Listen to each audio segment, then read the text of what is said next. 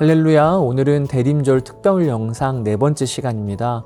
오늘 본문은 마태복음 2장인데 제가 구절구절을 좀 읽어드리도록 하겠습니다.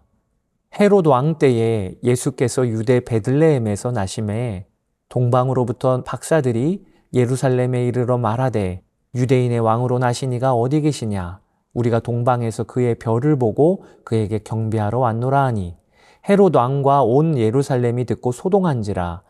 이에 헤롯이 가만히 박사들을 불러 별이 나타난 때를 자세히 묻고 베들레헴으로 보내며 이르되 가서 아기에 대하여 자세히 알아보고 찾거든 내게 고하여 나도 가서 그에게 경배하게 하라. 그들이 떠난 후에 주의 사자가 요셉에게 현몽하여 이르되 헤롯이 아기를 찾아 죽이려 하니 일어나 아기와 그의 어머니를 데리고 애굽으로 피하여 내가 내게 이르기까지 거기 있으라 하시니.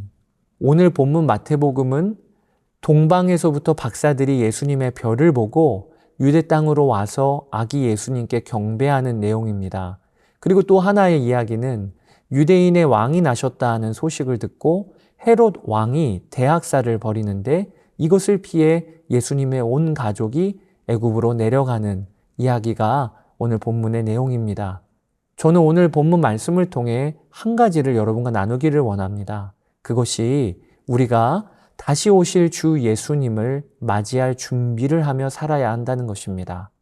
여러분, 오늘 본문에는 예수님이 이 땅에 오셨을 때 그 예수님을 적극적으로 배척한 한 사람이 등장합니다. 바로 헤롯 대왕입니다. 그런데 이 헤롯은 이스라엘 사람이 아니었어요. 그는 이스라엘과 오랜 역사 내내 원수 관계였던 에돔 사람이었습니다. 그런데 에돔인이었던 그가 어떻게 이스라엘을 다스리고 있었는가? 로마 제국으로부터 팔레스타인 지역의 통치권을 부여받은 황제가 세운 왕이었던 것입니다.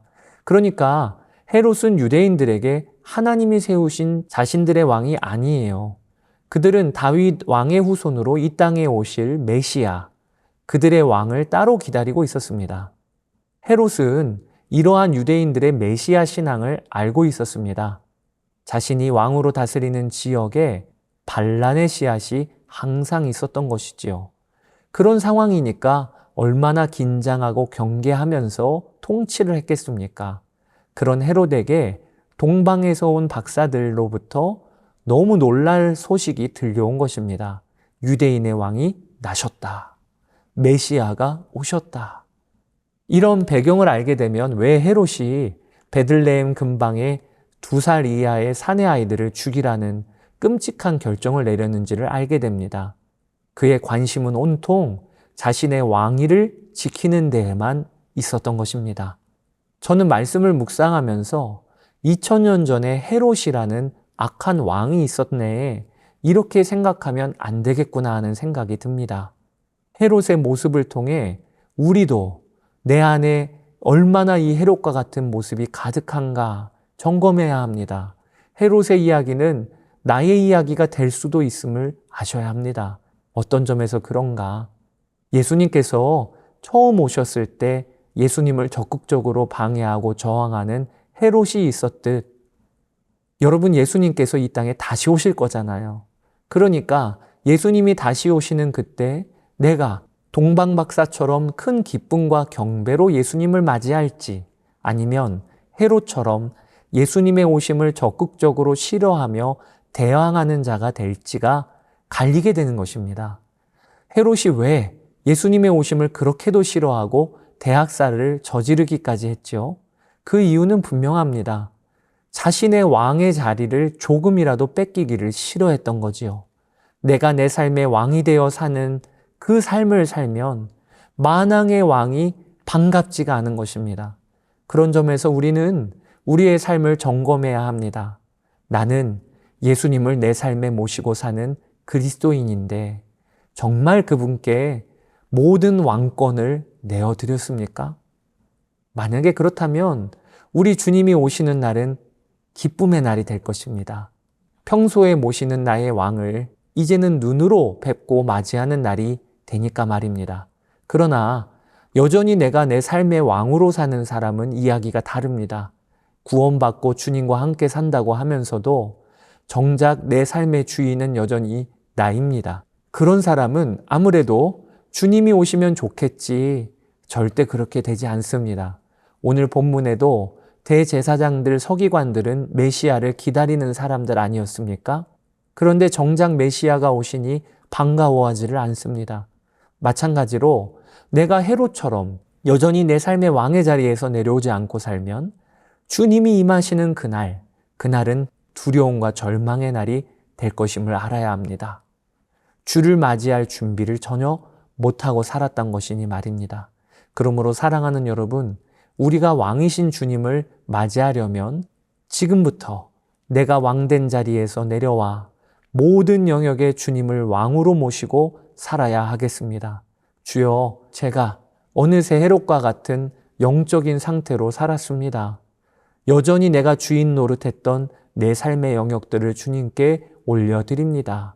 그렇게 기도하며 온 하루를 사시기를 바랍니다. 예수님은 온 우주의 왕이셨지만 가장 낮은 곳으로 오셨습니다. 베들레헴의 말구유에 오늘 태어나셨지요.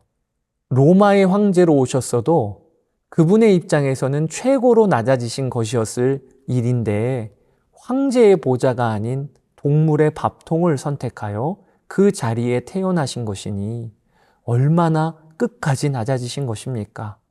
그리고 왕이신 그분이 걸어가신 곳은 결국엔 왕자가 아니라 십자가이셨습니다.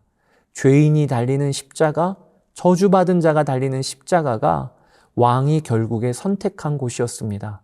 이처럼 예수님은 태어나실 때부터 공생의 사역 마치실 때까지 끊임없이 낮아지고 낮아지셨습니다.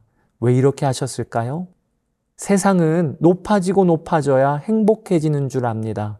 그래서 다들 더 가지려 하고 더 누리려 하고 정복하려고 합니다. 그런데 주님의 방법은 그렇지 않았습니다. 주님은 거기에 복이 있지 않다고 하십니다.